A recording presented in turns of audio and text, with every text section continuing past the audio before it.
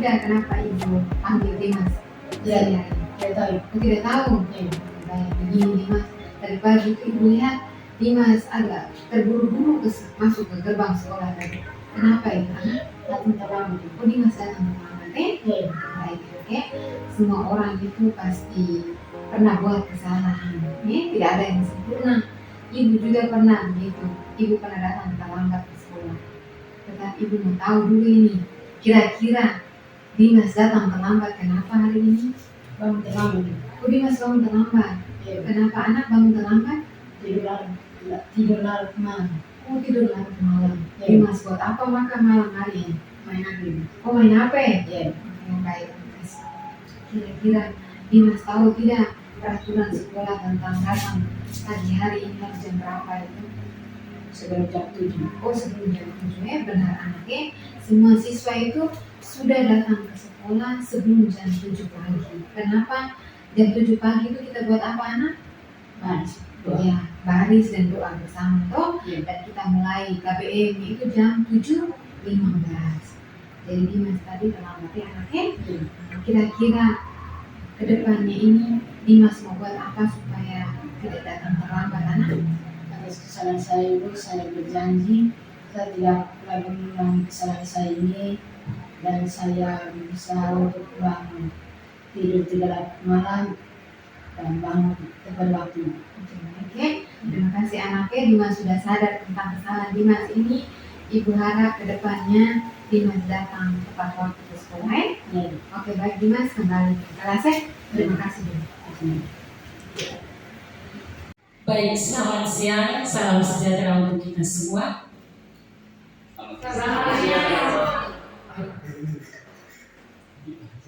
Yang saya hormati Bapak Kepala Sekolah SMP Santo Yusuf, Bapak Wakil Kepala Sekolah, serta seluruh guru dan pegawai SMPK Santo Yusuf yang saya cintai. Pada tempat yang pertama, patutlah kita mengaturkan syukur kepada Tuhan atas berkatnya terhadap kita semua. Maka pada kesempatan hari ini, berkat khusus bagi ketiga calon guru penggerak kita yang sudah beberapa bulan mengikuti kegiatan pelatihan.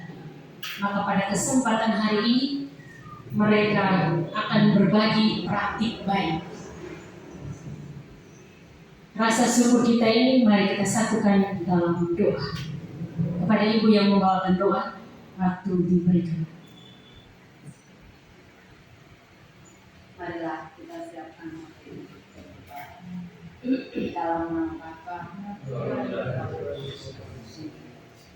Allah Bapa yang ada di dalam surga.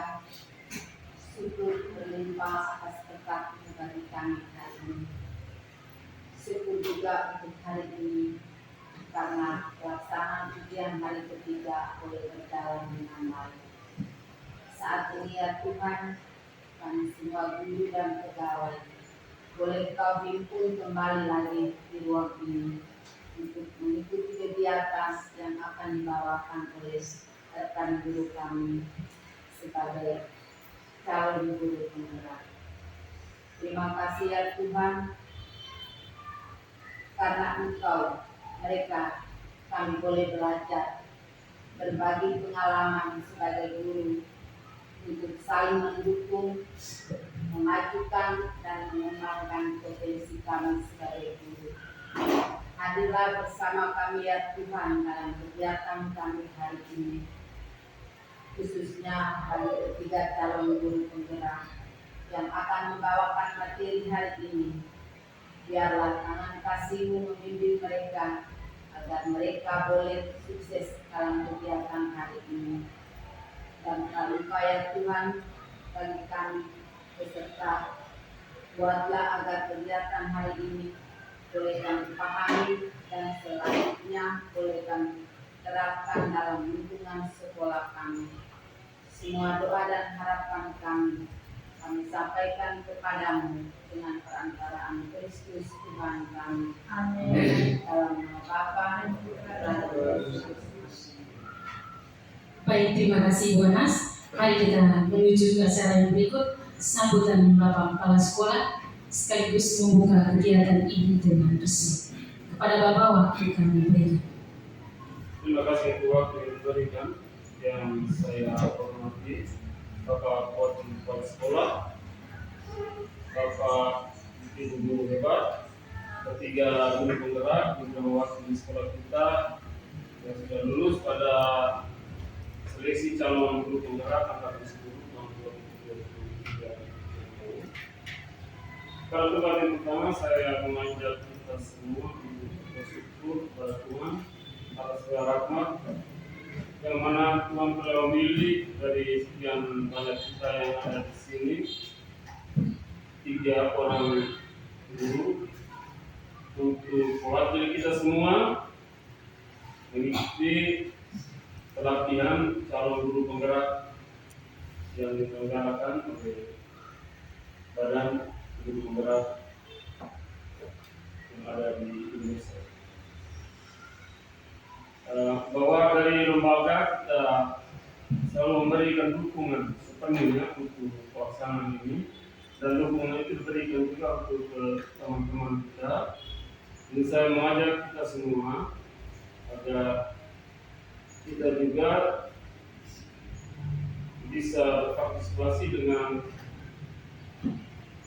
mendaftarkan diri untuk menjadi calon guru penggerak, karena dengan adanya program ini akan membawa dampak yang baik untuk perkembangan lembaga kita selanjutnya. Dan saya percaya bahwa ketiga teman ini akan membawa perubahan-perubahan yang signifikan untuk kemajuan pendidikan di sekolah kita dan bisa membawa pengaruh yang baik untuk kita semua, khususnya teman-teman yang lain yang belum mengikuti kegiatan guru penggerak ini. Bahwa dengan kehadiran guru penggerak di sekolah ini akan membantu lembaga ini mewujudkan visi misi sekolah dan juga tercapainya tujuan pembelajaran di sekolah ini. Akan ada banyak sekali langkah-langkah inovatif yang akan dibagikan kepada kita pada kesempatan ini pada hari ini. Untuk hari ini kita akan mengikuti kegiatan berbagi praktik baik budaya positif yang akan disampaikan oleh ketiga teman guru kita ini, dan harapan kita bisa mengikutinya dengan baik sebagai salah satu bentuk dukungan untuk ketiga teman guru kita, dan semoga apa yang dibagikan itu bisa menjadi bahan referensi untuk kita semua untuk kita laksanakan. Bukan hanya guru penggerak saja yang melaksanakan, tapi kita yang belum menjadi guru penggerak juga bisa menerapkan apa saja yang dibagikan kepada kita. Dan harapan saya, semoga kegiatan pada hari ini merupakan titik awal dari perkembangan kita selanjutnya. Jadi kita mulai dari sekarang, setelah mendapatkan berbagai bekal dari ketiga teman kita mulai melakukan perubahan-perubahan dalam diri kita yang kemudian akan berpengaruh pada lembaga ini. Dan saya tidak berpanjang kata, saya mengucapkan banyak terima kasih untuk kehadiran kita semua pada kesempatan ini yang merupakan bentuk dukungan untuk ketiga teman kita, dan semoga kegiatan ini membawa hasil yang baik untuk kita sendiri dan juga untuk lembaga. Saya membuka kegiatan ini dengan resmi dan saya mengucapkan banyak terima kasih untuk kita semua. Sekian dan terima kasih. Baik, terima kasih Bapak Kepala Sekolah yang sudah menyampaikan sepatah dua kata untuk kita semua, dan juga support khusus bagi ketiga calon guru penggerak kita. Mari kita melangkah ke acara yang berikut, sapaan dan perkenalan dari ketiga CGP kepada Ketiga, rekan sejawat kita waktu diberikan. Baik, terima kasih Ibu Moderator. Selamat pagi untuk kita semua.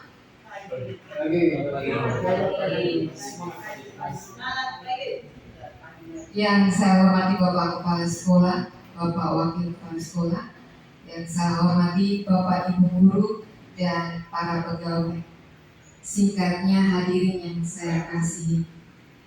Puji syukur kehadirat Tuhan yang Maha Kuasa, karena atas berkat dan penyelenggaraannya kita semua masih diperkenankan untuk kembali berkumpul di ruangan kelas ini dalam keadaan yang sehat. Yang pertama-tama saya ingin mengucapkan terima kasih kepada Bapak Kepala Sekolah karena telah memberikan ruang dan waktu kepada kami bertiga calon guru penggerak angkatan 10 untuk bisa menyampaikan, menyebarkan pemahaman atau kegiatan yang namanya diseminasi terkait dengan materi yang sudah kami pelajari, yaitu budaya positif. Yang kedua, saya juga ingin mengucapkan terima kasih kepada Bapak Ibu Guru dan pegawai yang telah meluangkan waktunya untuk hadir bersama kami di sini untuk mendengarkan terkait dengan penyebaran pemahaman ini tentang materi budaya positif. Harapan kami adalah kami bertiga ini baru kurang lebih 3 bulan menjalani program pendidikan guru penggerak ini. Kami sedang tidak menggurui Bapak Ibu, kami hanya membagi pemahaman kami yang sudah kami pelajari untuk kita bisa berbagi praktik baiknya, untuk bisa kita terapkan di lembaga kita tercinta ini. Harapan kami dari pemaparan kami tentang budaya positif ini, nantinya ke depannya sekolah kita juga punya budaya positif yang baik. Tujuannya apa? Tentunya tujuannya untuk membentuk karakter anak kita yang baik dan nantinya menjadi murid yang bahagia. Sebelum saya lanjut, saya ingin memperkenalkan, ini kita sudah kenal tapi saya kenalkan kembali. Kami bertiga ini lulus sebagai calon guru penggerak angkatannya ke-10 Kabupaten Flores Timur. Saya sendiri Maria Yusufina Jeda. Oke, baik, terima kasih Ibu. Kesempatan yang berikutnya saya kembalikan kepada Ibu Moderator. Kepada Ibu saya berikan. Baik, sekali lagi berikan tepukan tangan yang lebih semangat. Yang kita pada hari ini juga pasti akan lebih semangat. Acara yang berikut membuat keyakinan diskusi. Keyakinan diskusi ini saya kembalikan juga kepada teman-teman pemateri. Baik, terima kasih Ibu. Jadi begini Bapak Ibu, selama proses kegiatan pemaparan materi atau diseminasi ini, kita mau buat suatu keyakinan. Kan biasanya kita juga melakukan di kelas, keyakinan kelas ini kan. Maka hari ini juga kita buat supaya proses atau jalannya kegiatan diseminasi ini berjalan dengan baik. Kira-kira ini kalau keyakinan kelas, maka saya perlu pendapat dari Bapak Ibu. Maunya seperti apa kegiatan kita hari ini? Bisa menyampaikan pendapat Bapak Ibu. Kegiatan ini maunya seperti apa? Mungkin sebelum dari Bapak Ibu saya dulu satu Saya ingin bahwa kegiatan hari ini kita semua mengikutinya dengan perasaan yang gembira. Satu itu. Mungkin yang lain ada yang mau tambahkan? Oke, Biu silakan. Yang kedua Ibu Maria bisa ketik di dalam. Yang kedua, kita mengikuti seluruh proses kegiatan itu sampai dengan selesai. Yang ketiga Ibu Maria. Untuk teman-teman yang lain, Pak Markus.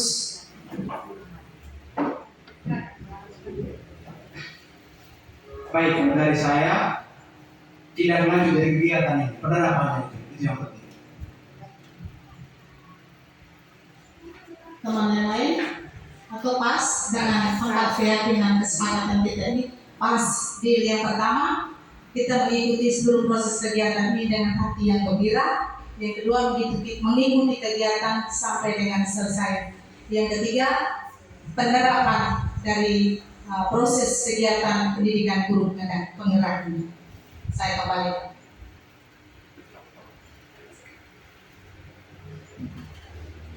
Baik, terima kasih untuk kesempatan ini. Sudah ada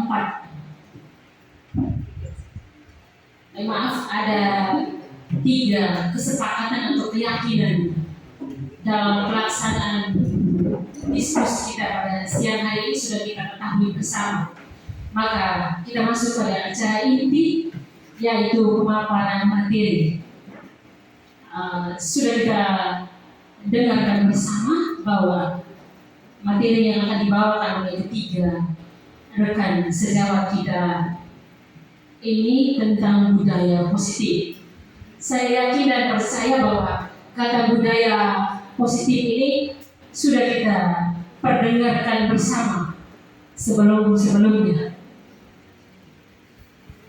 Namun seperti apa? Tetapi secara sederhana atau secara garis besar bahwa budaya positif itu adalah sebuah keyakinan atau hal-hal baik yang kita terapkan di lingkungan sekolah yang sudah dijalankan secara terus-menerus dan pada akhirnya menjadi sebuah budaya.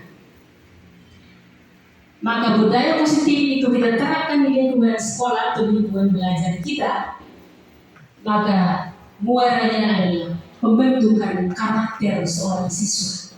Kalau saya tidak salah pemahaman saya secara garis besar demikian. Tetapi secara terperinci seperti apa? Mari kita dengarkan bersama dari ketiga teman calon guru penggerak kita yang sebagai pemateri pada siang hari ini. Waktu sepenuhnya saya serahkan kembali kepada teman-teman pemateri. Baik, terima kasih Ibu Nurhayato. Baik Bapak Ibu Guru, seperti kesepakatan, saya kembali ke kesepakatan kita yang pertama tadi, bahwa kita mengikuti kegiatan ini dengan hati yang gembira. Jadi sebelum kami bertiga memaparkan materi ini, saya berikan kesempatan kepada Ibu Yul untuk buat speaking sedikit Bapak Ibu ya, supaya kita semangat sedikit di jam agak siang ini. Kepada Ibu Yul, saya berikan kesempatan. 1 jempol, 2 jempol, jempol. Oke. Mantap. Sekali lagi.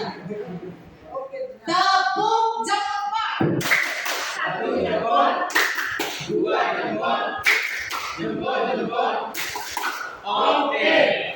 Terima kasih, silakan dulu.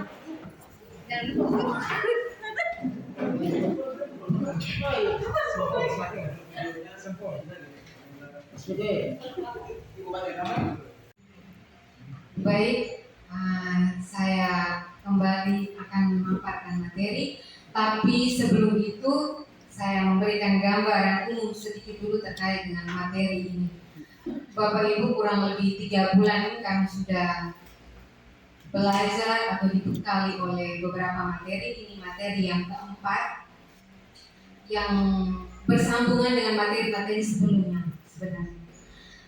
Yang perlu saya paparkan secara umum bahwa menurut Bapak Ki Hajar Dewantara ini, kita guru ini ibaratnya seorang petani. Kita tahu bahwa petani itu kan siap lahan dulu baru bisa mendapatkan hasil yang baik. Kita ini juga begitu. Kita ini petani, lahannya itu apa? Lahannya itu sekolah. Dan yang kita hasilkan adalah murid-murid kita. Kalau ingin murid kita itu menjadi anak yang karakter baik, berprestasi, maka lahan yang kita siapkan juga harus baik. Lahannya itu harusnya, sekolah kita ini harus menyenangkan, aman untuk murid-murid kita. Bagaimana kita menyiapkan itu dengan suatu kebiasaan-kebiasaan yang positif. Kebiasaan positif ini yang akan menanamkan nilai-nilai positif yang sudah ada dalam diri murid-murid kita. Nanti kita terapkan itu dalam disiplin positif. Kalau kita sudah terapkan disiplin positif, maka yang kita harapkan adalah sekolah kita ini punya suatu budaya positif. Budaya positif itu yang akan membentuk karakter anak-anak yang baik dan bahagia tentu. Dengan tidak memperpanjang kata lagi, saya akan memaparkan materi yang pertama. Pembentukan atau adanya budaya positif di sekolah itu tujuan akhirnya diharapkan agar murid itu dapat berkembang menjadi seorang pribadi yang kritis, penuh hormat, dan bertanggung jawab. Hal-hal seperti pribadi kritis, penuh hormat, bertanggung jawab ini yang kita sebagai guru sangat harapkan dari murid-murid kita. Baik, untuk menerapkan budaya positif di sekolah ini ada beberapa hal yang harus kita pahami. Jadi budaya positif itu ada beberapa tahapannya yang harus kita buat sehingga bisa menerapkan itu. Konsep inti budaya positif di sini kami akan menjelaskan 8 konsep. Yang pertama terkait dengan perubahan paradigma belajar, disiplin positif, nilai-nilai kebajikan, kebutuhan dasar manusia, motivasi perilaku manusia, posisi kontrol guru, keyakinan kelas, dan yang terakhir ini tentang segitiga restitusi. Yang pertama yaitu terkait dengan perubahan paradigma belajar. Kita sudah tahu bersama kalau kurang lebih 2 tahun ini kita sudah menerapkan kurikulum merdeka di sini. Dan pembelajaran paradigma baru yang kita terapkan itu pembelajaran berdiferensiasi. Sehingga yang kita harapkan itu peserta didik atau murid itu belajar sesuai dengan kebutuhannya atau karakteristiknya berdasarkan tahap perkembangannya. Tujuannya apa? Dia belajar sesuai kebutuhannya, bisa mewujudkan profil pelajar Pancasila yang kita sudah tahu dalam 6 itu. Kalau profil pelajar Pancasila ini mereka sudah penuhi, maka tentunya mereka bisa belajar dengan bahagia. Baik Bapak Ibu, tadi paradigma baru itu kita guru itu perannya pengontrol. Kalau di sini saya ingin menampilkan sedikit yang paradigma lamanya itu stimulus respon. Sekarang paradigma atau pendekatan yang baru itu teori kontrol. Contohnya seperti ini Bapak Ibu. Kalau dulu kita beranggapan bahwa kebutuhan kita semua ini sama. Tapi kalau secara teori kontrol, kita harus membuat suatu pemahaman bahwa kebutuhan semua orang itu berbeda. Lalu yang berikut, kalau dulu kita berprinsip bahwa semua orang itu harus melihat hal yang sama. Tetapi kalau sesuai teori kontrol, semua orang masing-masing itu punya pandangan atau gambaran yang berbeda. Lalu dulu juga stimulus respon itu kita mencoba untuk mengubah orang lain sesuai dengan pandangan kita. Tapi kalau menurut teori kontrol, kita harus berusaha memahami pandangan orang lain. Kita yang berusaha. Lalu kita sering beranggapan, ini untuk murid juga ini, kita beranggapan murid. Kalau perilaku murid itu, maka itu suatu kesalahan yang besar. Tetapi kalau menurut teori kontrol, semua perilaku murid yang mereka lakukan itu sebenarnya ada tujuannya di balik itu. Lalu kita dulu beranggapan juga bahwa orang lain bisa kontrol saya. Tetapi menurut teori kontrol, hanya diri kita yang bisa mengontrol. Sedangkan dulu juga kita bisa beranggapan bahwa kita juga bisa orang lain. Kamu ikut saya punya mau, seperti itu. Tetapi sebenarnya kita tidak bisa dikontrol oleh orang lain dengan sebebasnya. Lalu dulu juga kita beranggapan bahwa kalau kita bujuk mereka tidak mau lagi, maka kita pakai paksa. Tetapi kalau menurut teori kontrol harus dengan suatu kolaborasi atau kerjasama dan konsensus. Konsensus itu artinya adalah harus melalui sebuah kesepakatan bersama-sama. Supaya apa? Kalau sudah bersepakat bersama, kita akan bisa menciptakan pilihan atau keyakinan-keyakinan yang baik.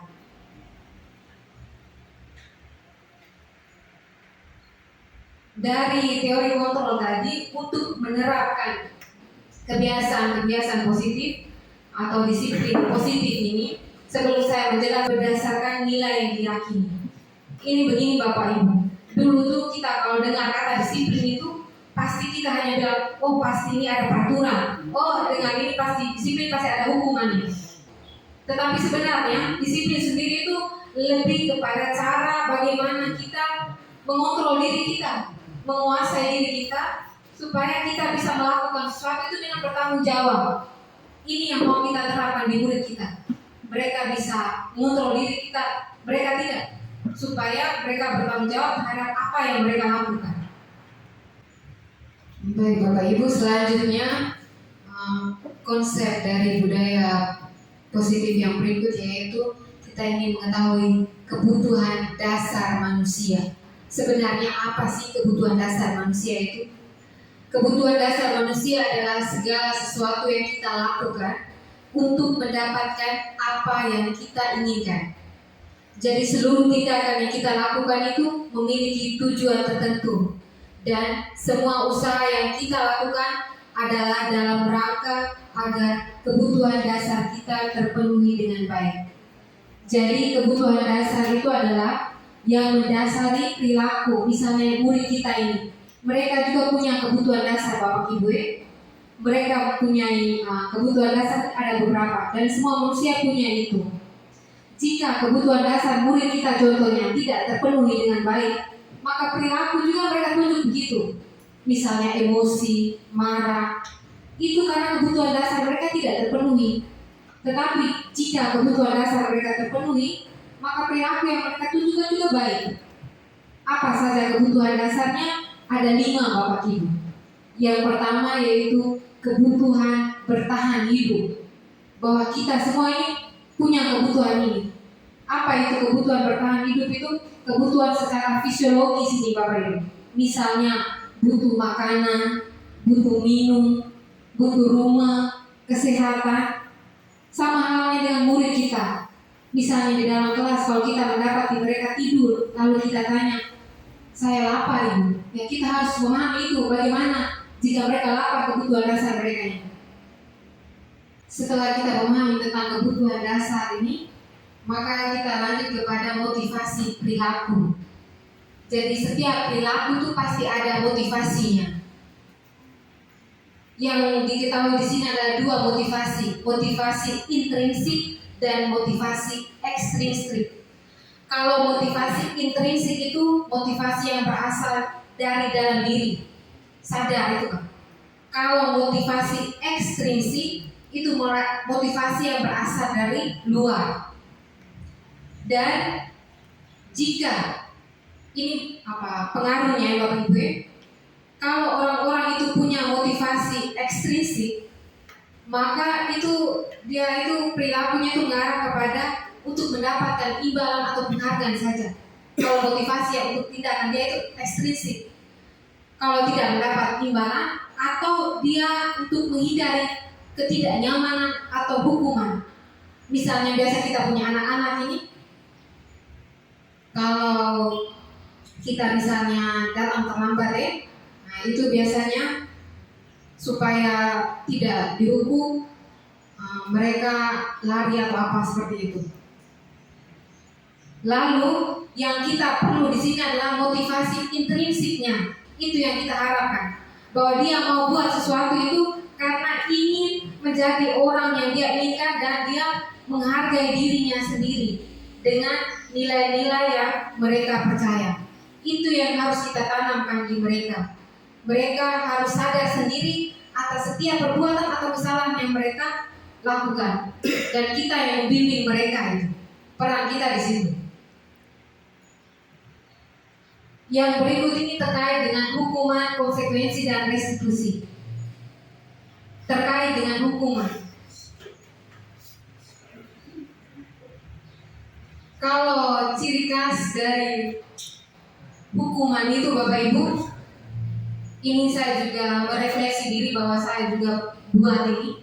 Hukuman itu cirinya itu tidak terencana, tiba-tiba. Oh kamu datang terlambat, sikat WC, itu hukuman. Lalu murid tidak tahu apa yang terjadi, tidak dilibatkan. Pada saat dia bilang kamu datang terlambat, dia mau ngomong, tidak, langsung sikat WC, itu hukuman. Lalu bersifat satu arah, hanya guru saja memberi hukuman, dia tidak dilibatkan dalam hal ini. Lalu berupa hukuman fisik atau psikis. hukuman fisik itu kita tahu Bapak Ibu ya. Kalau psikis itu lewat hukuman secara verbal itu kata-kata. Itu ciri-ciri hukuman. Dan di sini yang sangat disarankan tidak dilakukan terhadap murid-murid kita. Sebelum kita melakukan restitusi tadi, yaitu membimbing siswa untuk menemukan solusi atas kesalahannya, kita harus tahu dulu posisi kontrol kita di mana. Untuk menjalankan restitusi tadi, posisi kita harus manajer. Tetapi kita perlu tahu selama ini posisi kontrol itu ada 5, dan kita bisa masing-masing merefleksi diri selama ini saya di posisi mana sebenarnya. Ada 5 posisi kontrol guru. Yang pertama yaitu penghukum. Jadi posisi ini mari kita saksikan video ini Bapak Ibu. Seperti apa sih sebenarnya posisi penghukum itu?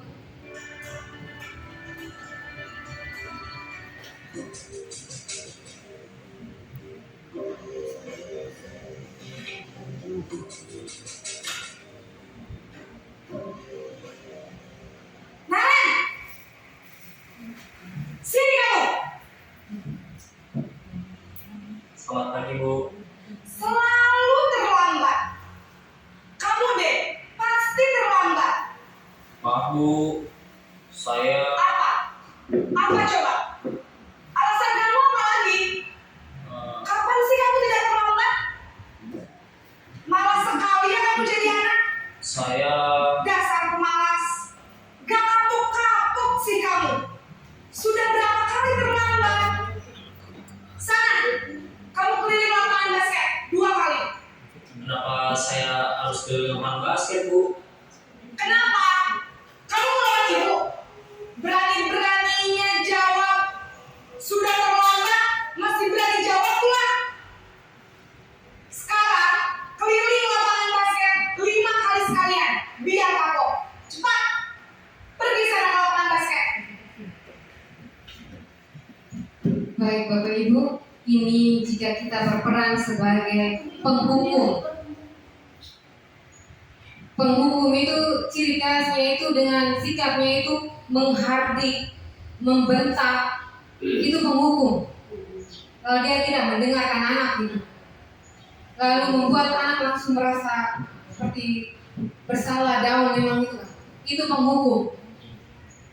Dampak jika kita berperan sebagai penghukum itu posisi kita, anak itu menjadi pendendam Bapak Ibu. Dia mendendam kepada kita.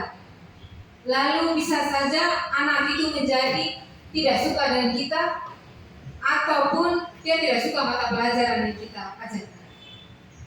Jadi posisi penghukum itu seperti itu, ada dampaknya terhadap murid. Lalu keyakinan kelas atau keyakinan sekolah bisa saja itu harus disesuaikan dengan kondisi kelas itu atau kondisi sekolah sehingga mudah diterapkan. Jadi harus disesuaikan dengan kondisi sekolah atau kelas. Dan tentunya keyakinan kelas ini semua warga sekolah atau kelas dilibatkan dalam proses pembuatan. Oke, konsep terakhir dari budaya positif yaitu segitiga restitusi. Mungkin hal ini masih baru untuk kita semua. Segitiga restitusi itu adalah suatu proses dialog yang dijalankan oleh guru agar dapat menghasilkan murid yang mandiri dan bertanggung jawab. Jadi proses dialog ini kita posisinya tadi sebagai manajer ya. Kalau kita ingin menyelesaikan suatu masalah, maka kita pakai segitiga restitusi ini, yaitu berupa dialog. Tahapannya seperti apa akan kami jelaskan. Tahapan yang kedua dari segitiga restitusi adalah validasi tindakan salah. Setelah anak tadi distabilkan identitasnya, kita kembali dari dia posisi merasa gagal tadi. Validasi tindakan salah ini di mana guru itu mencoba untuk memahami alasan dari tindakan salah yang dia lakukan. Artinya bahwa dijelaskan bahwa anak itu kan punya kebutuhan dasar kok. Jadi itu perlu pemahaman. Setelah dia memahami, dengan pemahaman ini anak itu juga diharapkan bisa mengeluarkan perasaan yang unek-uneknya. Sebenarnya apa sih kenapa dia melakukan kesalahan ini.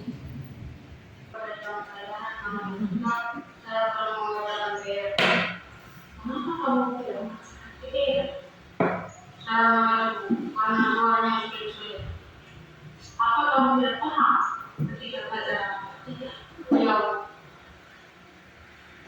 Ibu tahu, kamu pasti senang melakukannya. Tapi kamu juga merugikan diri sendiri dan sekarang kamu tidak bisa. Iya, Bu. Nah, sekarang mari kita bicara tentang keyakinan kelas kita. Apa yang kita percaya? Yang mana yang dulu kamu tunjukkan? Harus mengerjakan tugas dengan baik dan menghormati guru. Kamu sudah mengingat keyakinan kelas kita. Dan ketika kamu tidak mengerjakan PR, apa hal itu sudah sesuai dengan keyakinan kelas? Tidak, Bu. Nah, sekarang marilah kita selalu menjalankan keyakinan kelas yang sudah kita sepakati, dan untuk memperbaiki kesalahan kamu, apa yang kamu lakukan? Saya akan meminta maaf kepada Guru dan tidak akan mengulangi lagi. Ya, Bu, terima kasih.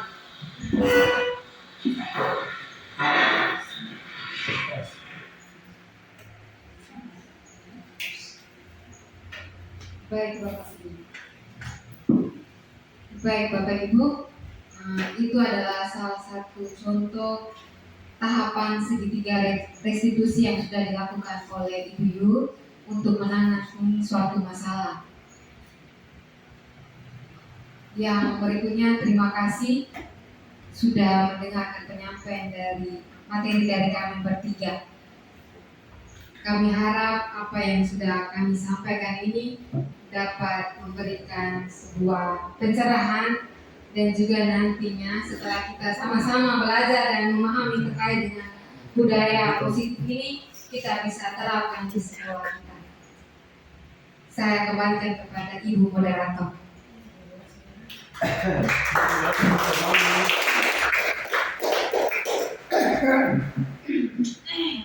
Baik, terima kasih untuk ketiga pemateri kita pada siang hari ini. Sepertinya sangat menarik sekali materinya, dari tema budaya positif sampai dengan poin-poin terakhir tadi. Saya yakin kita semua sudah tahu, tinggal saja kita terapkan dalam kegiatan atau proses pembelajaran kita di Santi Yusuf ini. Untuk itu, mari pada kesempatan ini kita buka diskusi.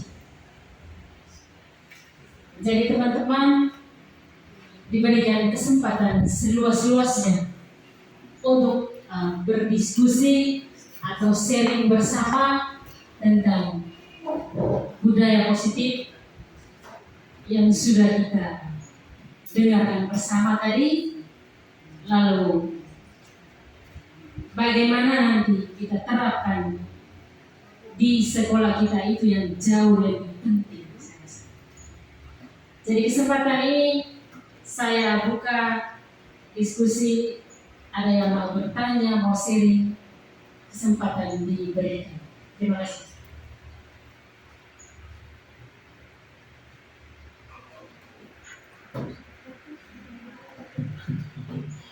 Pak Markus. Baik, terima kasih atas kesempatan yang diberikan. Perkenalkan, nama saya Pak Markus Kopong PC. Pada kesempatan yang pertama, terima kasih banyak untuk ketiga teman kita ya, sebagai narasumber calon guru penggerak angkatan 10 yang hari ini sudah berbagi praktik baik ya, untuk teman-teman kita semua.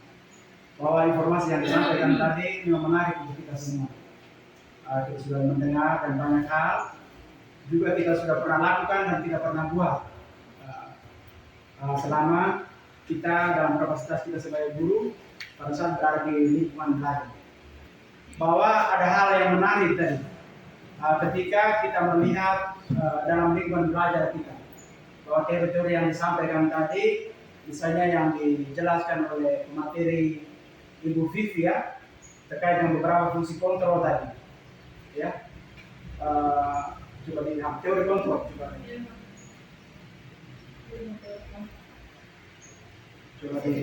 ya.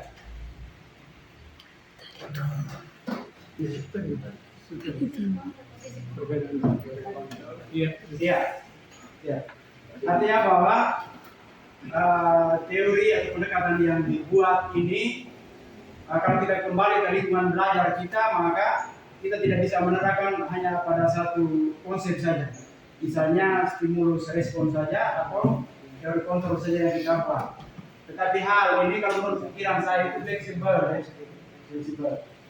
Nah, dengan melihat keadaan di lingkungan sekolah kita, memang kadang kita bisa mengambil posisi kita di posisi itu dengan menggunakan teori yang stimulus respon, tetapi juga pada teori kontrol. Misalnya di salah satu poin tentang orang lain bisa mengontrol saya, lalu di teori kontrol satunya hanya Anda yang bisa mengontrol diri sendiri. Ya. Memang di dalam teori dijelaskan seperti itu. Tetapi kalau dalam suatu lembaga kan kita punya leader, ya, pemimpin ya. Nah pemimpin ini juga bisa memberikan kontrol juga kepada bawahannya. Sebagai kalau kita dalam kapasitas kita sebagai guru, sehingga kita juga tidak semena-mena untuk membuat sesuai dengan kita punya keinginan. Ya. Paling tidak kan masing-masing pemimpin dia punya visi bagaimana memajukan lembaganya dan juga apa hal besar yang menjadi mimpinya yang dia berikan kepada guru-guru. Dan itu yang harus kita ikuti. Lalu yang berikut ada di situ ada tadi dijelaskan terkait dengan Ibu Yul tadi tapi sudah diklarifikasi tadi ya. Nah itu juga terkait dengan bagaimana memberikan kebebasan. Ya, ini juga menjadi masalah juga sepertinya. Kalau kita adopsi dulu sepertinya ini diberikan kebebasan seluas-luasnya terhadap anak. Bahwa anak memang kita tidak boleh memberikan pressure terhadap anak itu ya. Kita tidak boleh menekankan anak itu ya. Tetapi kebebasan anak itu kita perlu amati, kita perlu atur. Karena ini kan kita mau persiapkan anak itu bagaimana dia punya masa depannya kan begitu. Kita membentuk mereka sehingga ada hal-hal tertentu yang memang kita harus adopsi, tetapi ada hal tertentu juga yang memang kita harus sesuaikan dengan kondisi lingkungan kita. Lalu terkait dengan hukuman tadi itu, coba Pak Uni dulu. Ada kita terdiri dalam posisi mana? Ada guru sebagai penghukum, guru sebagai manajer tadi ya. Posisi kontrol guru, penghukum. Ya, masing-masing kita juga seperti tadi saya sampaikan ya. Memang tidak semua kita tetap memilih pasti yang terbaik ya. Nah, sebagai manajer bisa juga sebagai teman untuk anak-anak kita. Tetapi yang satu sebagai penghukum juga sebagai manusia juga sebagai guru saya juga sudah refleks ya. Memang kadang juga saya pada posisi itu juga. Ya. Tetapi dalam hal ini konteks ini untuk anak yang mana dulu ya? Ya saya yakin bahwa teman-teman juga begitu ya. Kalau anak yang pokoknya keseharian dia baik, tidak mungkin dia datang kita langsung marahkan tidak. Tetapi anak yang melakukan kesalahan yang berulang-ulang, kita sudah memberikan peneguhan juga sudah ulang-ulang, lalu sampai dengan misalnya melakukan home visit tetapi tidak berubah, paling tidak mungkin hukuman kecil bisa lah ya. Dalam konteks untuk mendidik, itu menurut pikiran saya. Tetapi kalau kita berikan dia kebebasan secara terus-menerus lalu kita mengiyakan hanya untuk memahami dia hanya karena dia buat salah, itu secara tidak langsung juga kita sedang mendorong dia ke jurang itu. Ya, karena ini lingkungan pendidikan itu sehingga itu menurut pikiran saya. Lalu mungkin terakhir seperti yang sampaikan tadi pada saat awal kita diskusi tentang keyakinan kelas ini, ya kita juga harus terapkan ya. Itu yang menjadi penting. Lalu paling terakhir untuk saya, setelah itu bertiga mengikuti kegiatan, lalu mungkin teman-teman guru ini yang sudah menerapkan, bagaimana hasilnya? Apa tidak ada impact-nya terhadap lingkungan belajar kita khususnya untuk siswa? Itu yang saya terakhir. Sekali lagi saya produksi untuk teman kita yang sudah memperlihatkan diri ya, untuk mengarah berbagai hati ini kegiatan apapun di tengah kesibukan, tetapi masih memperlihatkan diri untuk terlibat dalam kegiatan ini hanya untuk bagaimana mengupdate informasi, memperbarui diri untuk kepentingan dan kebaikan kita di lembaga Sabtu Yusuf ini. Terima kasih untuk ibu kita, saya hormat.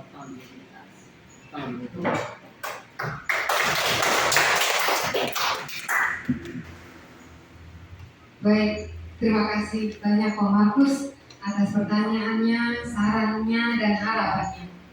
Saya mencoba menjawab sedikit dulu. Yang pertama terkait dengan ini.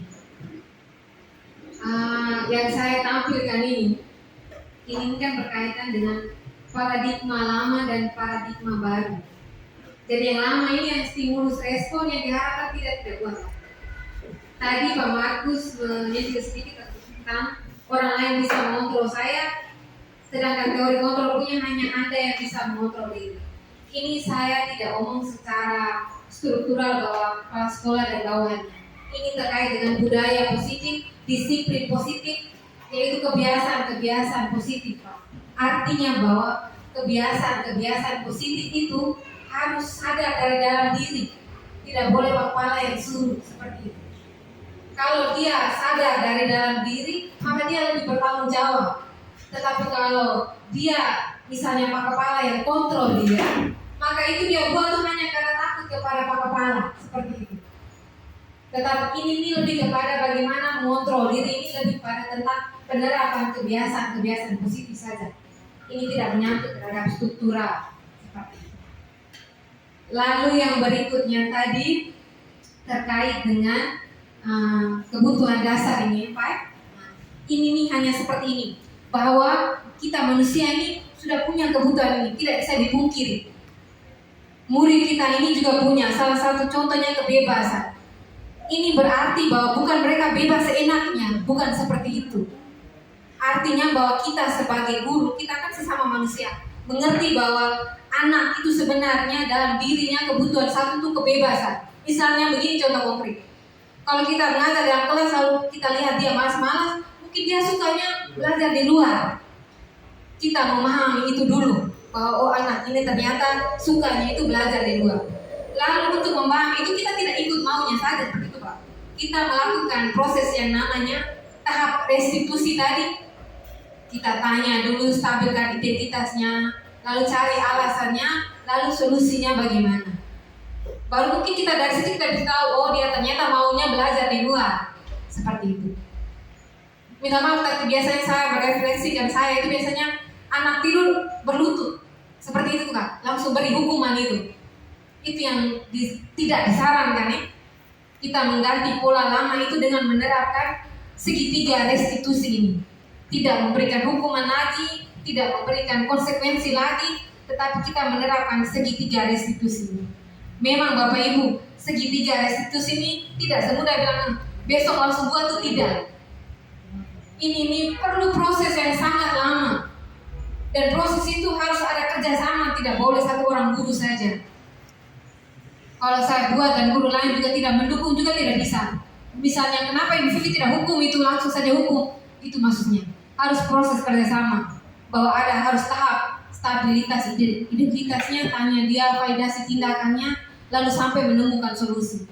Dan seperti yang Pak Markus sampaikan terakhir tadi, bagaimana kalau anak ini misalnya berulang kali baik maksudnya begitu ya, maka kita lakukan lagi segitiga restitusinya, kita ulang lagi, panggil ulang kembali. Kalau berlangsung terus, maka kita juga harus libatkan dia dalam konsekuensinya. Oh baik, engkau sudah sadar bahwa aturannya seperti ini. Ya Ibu, kalau saya tidak buat maka saya akan begini. Dia sadar juga akan konsekuensinya. Jika dia melakukan berulang kali, maka itu juga bisa diterapkan. Tetapi sebagai guru kita harus selalu melakukan tahapan segitiga restitusi tadi. Diharapkan posisi kontrol yang penghukum, pembuat merasa bersalah teman. Ini sebagai refleksi saya juga biasa buat ini Bapak Ibu ya. Dan seperti yang saya sampaikan, posisi manajer ini bagi saya masih sangat sulit, tetapi harus belajar untuk bisa buat posisi manajer itu. Karena apa? Supaya ada kebiasaan positif ini kan. Karena dampak dari penghukum, pembuat merasa bersalah tadi sudah ada anak jadi pendendam, hanya takut ke satu guru saja, seperti itu.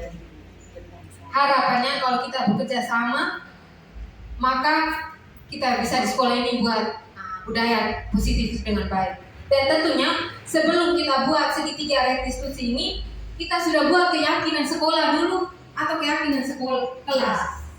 Kita tidak usah buat. Jadi di sekolah ini sudah harus buat keyakinan. Oh, datang jam berapa, seperti itu. Supaya kita waktu buat segitiga restitusinya dia sudah tahu. Saya tahu ibu saya salah ini karena sudah ada keyakinan buat di sekolah. Jangan kita hilangkan kata peraturan itu. Kita pakai saja kata keyakinan karena itu sudah kata famili peraturan itu kata yang agak apa ya? Ya negatif itu gak apa-apa. Baik dari itu mungkin teman lain menambahkan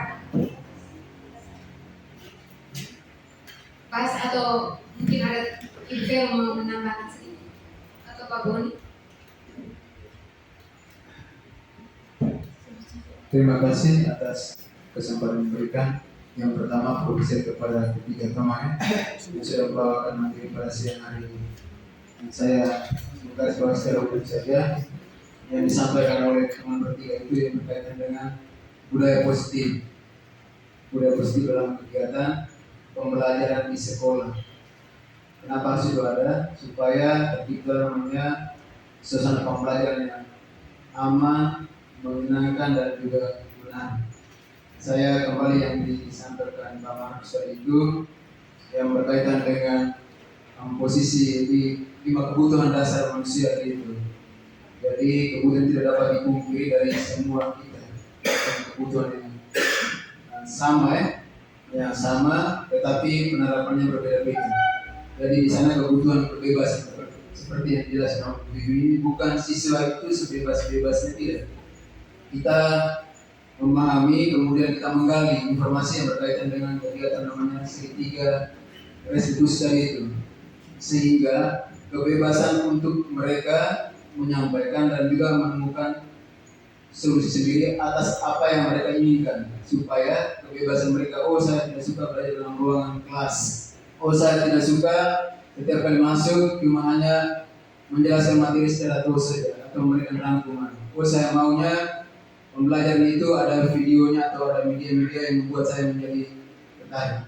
Dan kita belajar di diferensiasi ada 3 kesiapan belajar, kemudian di situ ada lagi namanya minat belajar dan budaya belajar. Itu namanya kita terapkan dalam dunia belajar sehingga sinkron dengan budaya positif ini. Jadi harapan kami Bapak Ibu guru yang lain ini kita harus sistemnya ATM, ambil, tiru dan modifikasi, supaya teman-teman sudah membawakan ini kita menggunakan dengan sistem seperti APM itu.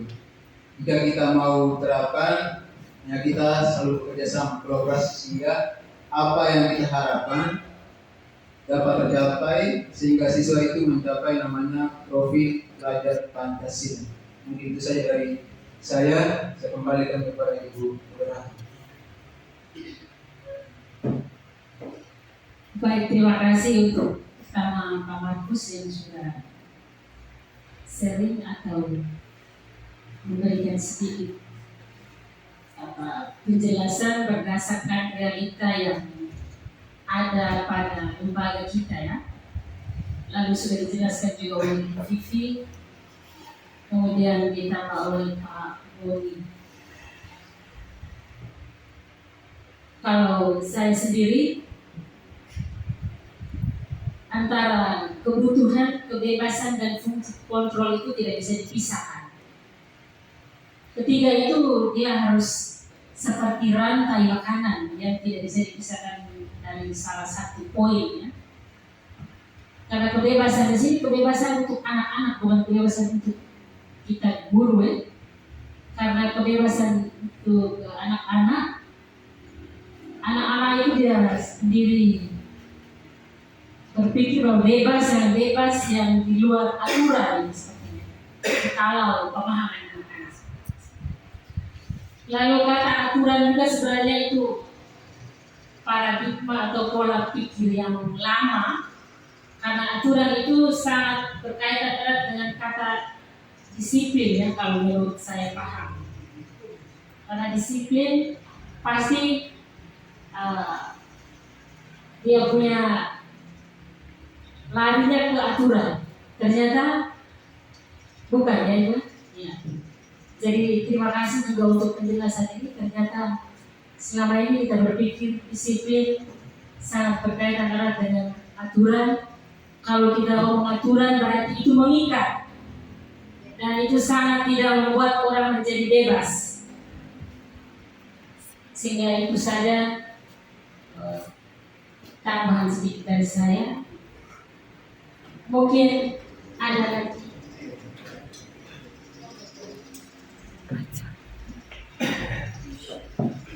Terima kasih kesempatan yang diberikan. Saya ucapkan terima kasih untuk tiga pasangan kita yang hari ini sudah memanfaatkan materi untuk kita. Saya tidak buat pertanyaan, tetapi saya hanya mau menekankan apa yang disampaikan oleh Vivi tadi, bahwa disiplin itu bisa diterapkan di sini.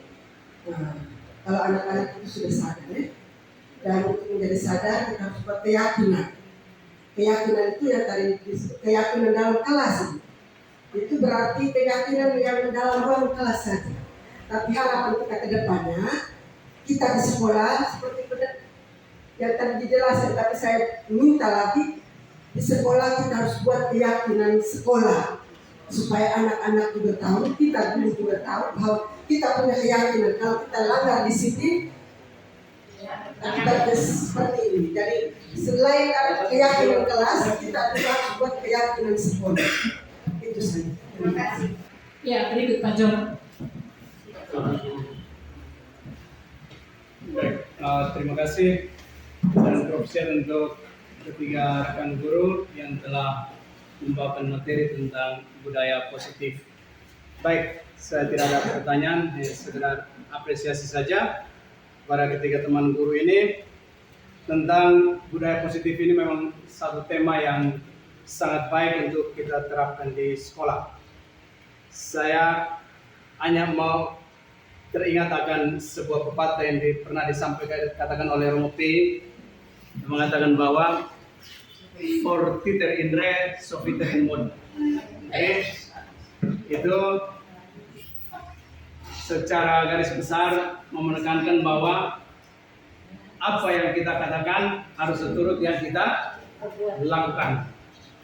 Yang tindakan kita, prinsip kita harus sesuai dengan apa yang harus kita jalankan. Jadi artinya dalam hubungan dengan budaya positif ini, yang paling penting adalah apa yang kita tetapkan, apa yang kita sepakati, apa yang kita yakinkan bersama untuk kita jalankan, itu harus melibatkan dari kita semua komponen yang ada di dalam sekolah ini, sehingga budaya positif yang kita impikan untuk diterapkan di sekolah ini bisa terjadi, bisa dijalankan. Tentu tidak semudah membalikan telapak tangan, tetapi ini butuh proses kerjasama dan juga kolaborasi dari kita semua. Baik, itu saya sekedar tambahan sedikit saja. Terima kasih. Oke, baik, terima kasih Pak Jon. Mungkin masih ada Bapak Ibu guru yang mau sharing. Ibu Anas, Pak Markus. Baik, saya sedikit lagi terkait dengan kegiatan pembelajaran berdasarkan kebutuhan peserta didik tadi ya, berdiferensiasi tadi. Mungkin saya Ibu terkait dengan kiat-kiatnya saja. Memang banyak dari kita sudah buat. Misalnya begini Bu, pasal kegiatan pembelajaran situasi yang krusial, ada yang kepanasan dan meningkat di luar, sementara ada siswa yang mungkin tetap belajar. Nah, bagaimana metode atau ini ya, model pembelajaran yang kita buat sehingga situasi kegiatan belajar di luar tanpa misalnya kan kita bukan cuma satu ya, supaya mereka jangan bermain saja di luar dan kegiatan pembelajaran dalam kelas juga tetap berjalan dengan baik. Itu kiat-kiatnya bagaimana sehingga tetap berlangsung dalam kegiatan pembelajaran. Kan kita tahu situasi kita di sini, ketika misalnya mereka belajar di luar, ada yang di dalam, nah kita berdiri di posisi mana itu? Nah, mungkin ibu mereka dalam itu kegiatan ini pernah dikasih kiat-kiat kan, atau ibu mereka sudah pernah laksanakan, bisa sharing dan sedikit. Nah, pada kita teman-teman lah, berbagi. Lalu yang berikut pertanyaan saya terakhir tadi mungkin belum dijawab. terkait dengan dampaknya tadi, jadi mungkin ibu mereka sudah mungkin dia lalu mungkin sudah pernah mengaplikasikan hal-hal seperti ini kepada siswa mana bahkan sudah ada memang seperti yang disampaikan tadi tidak semudah dengan membalikan telapak tangan ya, tetapi mungkin pada ada mungkin sudah tertentu yang bisa memberikan testimoni siswa ini di kelas dia begini, tetapi dengan kami mengikuti kegiatan ini dia ini sudah berubah lah kira-kira seperti itu. Saya kembali. Baik, terima kasih Pak Markus. Mungkin bisa dijawab oleh Ibu Vivi. Baik, terima kasih Pak Markus. Ini terkait dengan pertanyaan Pak Markus ini, ya realita ya. Iya. Misalnya, benar. Kebutuhan mereka tadi kebebasan nih. Pak Markus ambil contoh, jika ada yang mau di luar, belajar di luar, ada yang di dalam kelas. Poin utama kuncinya ini adalah gurunya Pak. Gurunya itu posisi yang paling penting di sini. Ini kita sambung dengan pembelajaran kurikulum merdeka tentunya, yaitu sesuai dengan kebutuhan murid. Jadi bagaimana guru itu bisa menguasai kelas itu. Kalau dia melihat hal itu kan awal dulu, lalu dia melakukan penanganan dari segitiga. Lalu dia mengetahui bahwa anak ini kebutuhan belajarnya di luar. Maka dia juga harus memposisikan atau mengatur kondisi kelasnya, bagaimana dia memberikan materi kepada situasi seperti itu. Dia belajar di dalam kelas, juga anak yang belajar di luar juga terpenuhi Pak. Itu kuncinya di guru. Saya tidak memberikan contoh, tapi saya hanya menyampaikan bahwa kuncinya itu guru. Bahwa ada anak yang memang harus baca, harus anak yang misalnya nonton, maka dia harus posisinya bagaimana guru itu. Guru itu yang berpikir Pak. Dan kita ini orang bilangnya kuncinya di kita ini kan begitu. Kita tidak bisa melepaskan bahwa dia belajar di luar dan lepas saja dia, tidak. Kita harus punya fungsi kontrol yang penting sekali di sini. Lalu yang terakhir tadi terkait dengan apa ya? Dampak mereka siap ini lalu diterapkan di kita punya. Oh iya. Siswa ini terapkan sudah ada di sini. Oh begitu ya. Ada siswa yang mungkin selama ini mungkin minat belajar yang lemah, kurang terkenal mungkin dulu ya dapat kepikiran saudara. Baik Pak. Ini kan saya sudah bilang tadi ya, bahwa kita ini sama-sama belajar dan sama-sama merefleksi. Sama-sama belajar dan sama-sama merefleksi. Setelah pembelajaran modul ini terkait dengan ini, bahwa saya baru tahu bahwa anak itu memang punya kebutuhan yang masing-masing tadi. Kita semua pasti punya pembelajaran yang pernah kita lakukan, misalnya kasih dia dengan video, kasih dia dengan bahan ajar. Itu juga saya pernah buat. Tetapi ini yang kita perlu belajar sama-sama. Karena saya tidak melakukan segitiga restitusi ini. Jadi kalau mereka bilang saya nonton video, saya kasih saja video. Tapi ternyata mereka tidak fokus ke videonya. Kenapa saya tidak melakukan itu identifikasi? Benar tidak dia ini suka nonton video atau hanya ikut teman saja? Jadi saya harus panggil dia. Saya juga mungkin laporan dari guru BK atau pada kelasnya bahwa dia memang suka nonton video. Tapi saya sendiri sebaiknya sebagai posisi manajer benar-benar mendekati anak itu untuk melakukan tahap ini. Tanya dia dulu, benar tidak suka video? Lalu kira-kira kenapa dia suka video ini? Sebenarnya tentang disiplin budaya positif itu bukan saja hal ini, banyak kegiatan yang kita bisa buat. Misalnya berjabat tangan atau buang sampah, masih banyak budaya positif. Jadi kedepannya mungkin sekolah bisa, bapak sekolah kita bisa buat budaya positif kita itu apa? Itu harapan kita. Mungkin ada guru yang bilang saya punya budaya positif pembelajaran ini harus aktif kelasnya. Ada guru yang budaya positifnya mungkin, tapi kita tentukan satu saja sebaiknya baik. Membuang sampah pada tempatnya atau bergotong royong membersihkan lingkungan sekolah. Nah, seperti itu. Supaya kita juga selaras dengan keyakinan sekolah yang akan kita buat. Mungkin saya mau lebih lanjut, mungkin nanti kita bisa bersama-sama membuat ulang ini. Yang peraturan itu kita buat dari keyakinan sekolah. Kita buat ulang kembali dengan melibatkan siswa, tetapi sebaiknya Kita punya draftnya dulu Bapak Ibu. Draftnya baru kita bersama-sama melibatkan siswa. Kita ganti peraturan itu menjadi keyakinan. Lalu menjadi tambahan saya lagi Pak Markus, bahwa restitusi itu bukan guru saja yang buat. Restitusi itu kepala sekolah juga bisa buat terhadap gurunya. Lalu juga bisa dilakukan oleh orang tua juga bisa. Kita orang tua kita bisa lakukan ke anak-anak kita juga bisa restitusi seperti itu. Tetapi ini memang benar Pak Markus perlu proses. Memang pengalaman kita ini tentunya seperti yang Pak Markus sudah buat setiap pagi datang tepat waktu. Ada satu anak tapi mengikuti apa yang Pak buat itu artinya pengaruh positif itu Pak. Jadi kalau lebih banyak seperti Pak Markus tentunya lebih banyak lagi yang kayak itu. Menurut saya perubahan itu biar 1-2 orang yang sudah berubah. Kita jangan bermimpi bahwa 100 orang langsung berubah, tidak. Begitupun kita Bapak Ibu guru.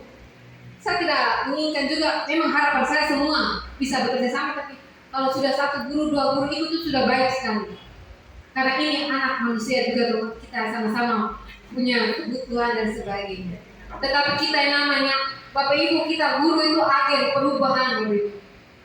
Tujuan pendidikan itu bukan kita, anak memang outputnya, tetapi kita ini yang buat mereka agen perubahan tadi. Seperti itu.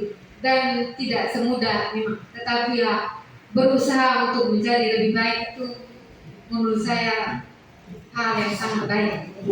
Baik, mungkin dari teman lain. Pas kembalikan Pak Markus Pasek untuk Pak Budi. Terima kasih. Baik, terima kasih. Sekali saya belum berbicara pada penyampaian dari sekitar materi kita, Ibu Titi dengan segala macam bentuk topik yang bukan yang bisa dapat dengan satu kesimpulan pada ini. Hasil verifikasi oleh kalangan pendidikan kita terkait beberapa perubahan dari regulasi yang terdahulu dengan yang sekarang, sehingga ada pengalihan dari istilah kita itu yang dulunya benar-benar tidak diganti. Sebenarnya itu kan lebih diarahkan pada suatu situasi yang lebih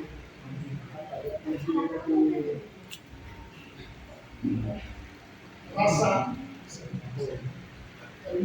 Jadi mengutamakan rasa keluarga di situ antara siswa dan guru dan untuk tujuan sekolah terhadap semua. Nah, saya kira dari semua pemaparan tadi bahwa tujuan akhir kita itu saya kembali terlibat dengan salah dari kita di sini Pak Ibu kasih saya lupa. Itu satu momen mengirimkan suatu ide atau suatu pemikiran yang cukup membuat saya terhendak ketika saya membaca ini pada pemikiran. Di sini dia mengatakan begini dengan suatu gambar kaki-kaki berapa dia tulis begini, menjadi guru kita harus menciptakan suatu situasi di sekolah di kelas ini ketika anak-anak itu menunggu kedatangan anak-anak menunggu kehadiran kita, merindukan kehadiran kita. Nah itulah tujuan seharusnya kita cari. Bukan karena macam mau menghindari kita siapa bagi teman-teman kita saya tahu saya sudah pernah. Tujuan besar itu Bapak Ibu. Kita tidak bisa capai terutama kolaborasi tadi seperti yang kita hati. Dalam konsep kolaborasi di sini kita harus punya satu kata kesepahaman akhirnya seperti itu kita sudah harus bersama. Nah, konsensus bersama itu bukan hanya antara siswa dan guru, tapi antara sesama guru juga. Satu kelemahan kita selama ini ada di antara kita, mungkin saya juga. Ketika kita lihat keterangan dari teman-teman yang lain, kita melakukan justifikasi kenapa seperti ini. Inilah kenapa.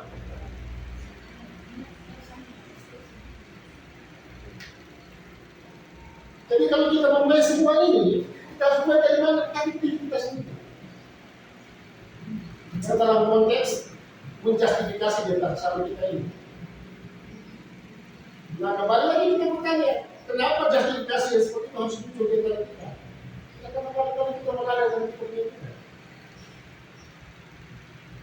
Contoh kecil saja ya, kalau memang apa ya, saat jam yang masuk kita masih itu tuh contoh-contoh kecil yang mungkin kita tidak sadari berlangsung dari waktu ke waktu dan kita masuk pada suatu hasil yang cukup mengecewakan yang dapat kita lihat pada perolehan hasil itu. Nah, salah satu lagi bahwa lingkungan kita di sekolah ini, kita lihat tanggal itu menunjukkan bahwa satu kekurangan kita yang belum terpenuhi di atas itu supaya anak kita. Tapi bukan berarti bahwa dengan membangun rumah pagar itu konsepnya kita bangun bahwa anak harus kita guru kita bisa. Karena konsepnya berbeda sekali. Sehingga kalau kembali dari awal pembahasan mengenai kita harus di situ paradigma kita terhadap bagaimana kita mencari satu konsensus bersama antara siswa dan di antara sama kita. Jangan saya tidak dapat hasil awal bisa hasil untuk jangka pendek kita bisa melihat hasil kita nanti ada di tahun-tahun di hari-hari nanti kita tentangkan kita bisa ada itu. Ada yang hari-hari nanti kita lihat kalau kita menjadi kita itu lagi kita berhasil dalam konteks itu. Itu menurut saya. Dan apa ini? Berulang kali saya tekankan baik di ruang ini kita bersama-sama bahwa apa yang kita lakukan arti ini hasil yang dilibat oleh orang lain bertugas. Karena kembali yang seperti kemarin bilang ini dari proses.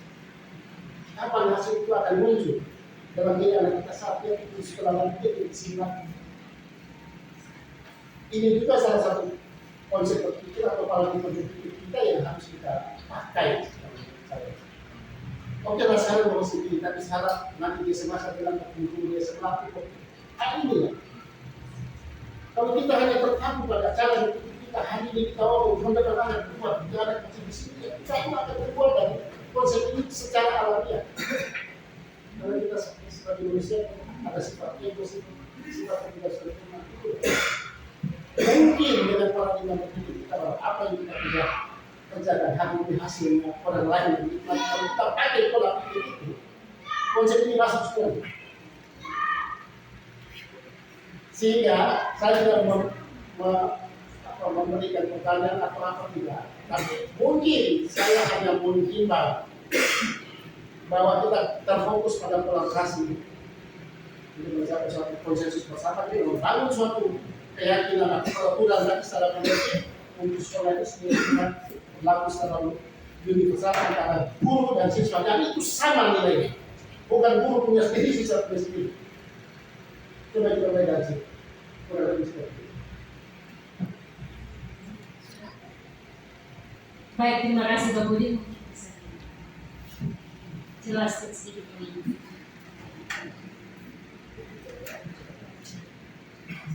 Baik Pak Budi, saya mendengar ini saya sangat mengapresiasi refleksi dari Pak Budi ini. Memang terjadi seperti itu, tetapi benar sekali Pak Budi. Inti dari kegiatan restitusi itu adalah kolaborasi. Kolaborasi itu yang sangat penting, kerjasama dari kita Bapak Ibu guru ini. Dan Pak Budi juga tadi sampaikan bahwa mungkin hasilnya kita tidak lihat sekarang Bapak Ibu, tetapi kita ini kan disebut pahlawan tanpa tanda jasa tadi. Tentunya kita memimpikan anak-anak kita ke depan itu biarpun dia tidak di sini, tetapi ke depannya itu dia menjadi anak yang baik tentunya dimanapun dia berada. Kalau kita lihat di jalan ketemu mereka sudah jadi orang, itu kebanggaan kita, dan itulah kita sebagai guru itu begitu. Bukan kita lihat sekarang tapi ke depan. Baik, Ibu Moderator, bagaimana?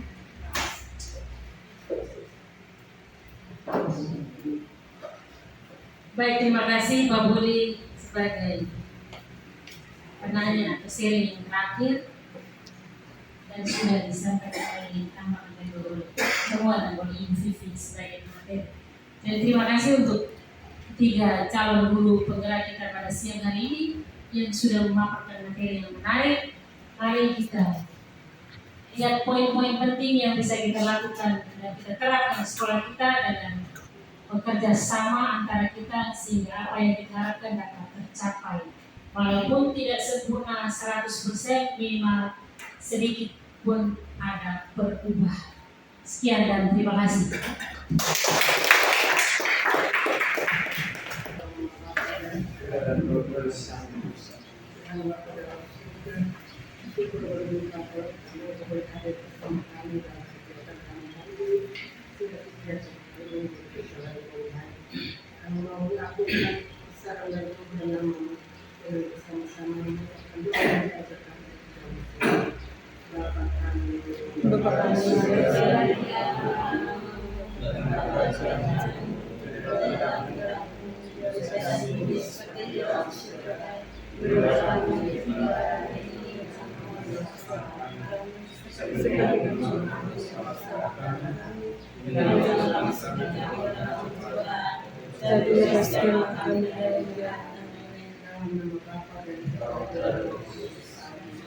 Selamat siang.